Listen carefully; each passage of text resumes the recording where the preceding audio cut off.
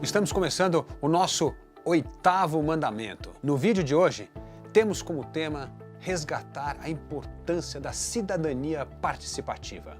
O bom funcionamento da democracia requer o equilíbrio de 4 ingredientes: liberdade individual, Estado de Direito, economia de mercado e cidadania participativa. Boa parte da crise da democracia resulta do fim da cidadania participativa.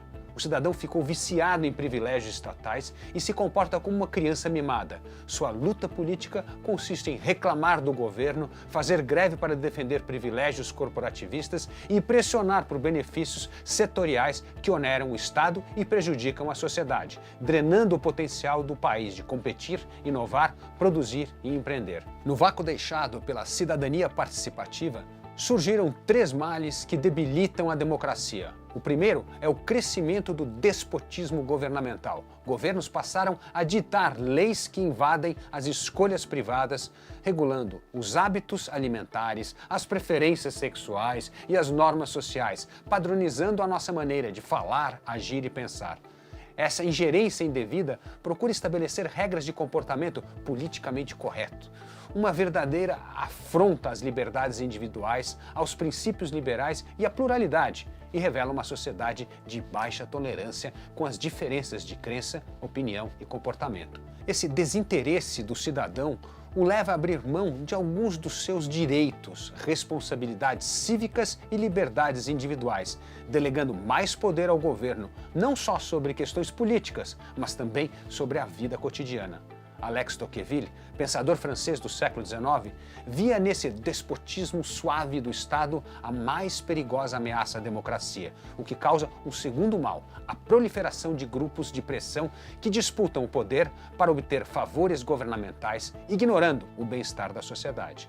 O crescente poder político do corporativismo, que vem capturando o Estado, desencoraja a inovação, a competição e o bom funcionamento da economia de mercado. Como dizia Aristóteles, a democracia se transforma em tirania quando o governo passa a tratar os interesses corporativistas como se fossem da nação.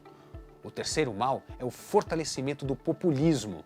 O desengajamento do cidadão da vida pública o transforma em uma presa fácil de demagogos. Líderes populistas utilizam o sensacionalismo ideológico, o nacionalismo xenófobo e o ódio para o entendimento simplista dos problemas complexos da sociedade e canalizar as frustrações, os medos e os desejos de cidadãos incautos para mobilizar as massas, conquistar votos e assegurar o poder.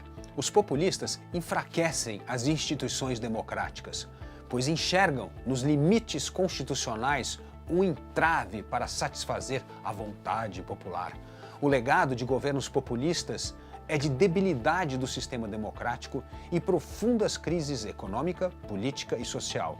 Isso só será evitado se resgatarmos os fundamentos da cidadania participativa. Aristóteles considerava a formação do caráter do cidadão essencial para o funcionamento da democracia. O propósito da política era formar cidadãos virtuosos. Na política, a ausência de virtude transforma a liberdade em anarquia e a democracia em tirania. Aristóteles acreditava que o ser humano destituído das virtudes cívicas, como a coragem, a prudência e a moderação, se torna o mais perigoso e o mais feroz dos animais. Mas como se desenvolve a virtude cívica? Para Aristóteles, ela se aprende na prática, com a participação do cidadão na vida pública, envolvido nos reais embates políticos que ocorrem não só no mundo das ideias, mas nos espaços públicos, no Congresso, no governo, nas urnas e no voto. No Brasil, a escola forma cidadãos mimados, em vez de cidadãos com espírito cívico. Fala-se na sala de aula de direitos, mas não se discute as obrigações e os deveres da cidadania. Sócrates desconcertava os jovens com perguntas fundamentais que os faziam refletir sobre o bem e o mal, o justo e o injusto, ajudando a moldar sua conduta moral e obrigando-os a examinar as suas crenças, a formar seu caráter e a ponderar sobre suas escolhas éticas e políticas. O diálogo socrático sedimentava a noção de que somos responsáveis pelas nossas escolhas, nosso destino e nosso país. A educação antiquada, doutrinária e de viés esquerdista que domina o ensino no Brasil não está preocupada em formar cidadãos virtuosos, mas militantes partidários e reivindicadores de direitos corporativistas. Assim, o espírito corporativista espalhou-se por toda a sociedade, exigindo benefícios, privilégios e incentivos do Estado, mas raramente debatendo as consequências nefastas para o país e para as próximas gerações.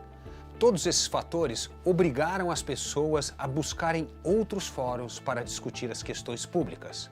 O engajamento cívico passou a ocorrer nas redes sociais, nos movimentos cívicos, nas instituições do terceiro setor e em alguns nichos de comunicação, como blogs, canais de TV a cabo, mídias sociais e em algumas publicações conceituadas. A cidadania participativa se manifesta nesses espaços que produzem ideias, debates e soluções inovadoras que vêm obrigando os governos a reagirem à pressão da sociedade. As instituições formais, partidos políticos, governo e Congresso, estão se esclerosando.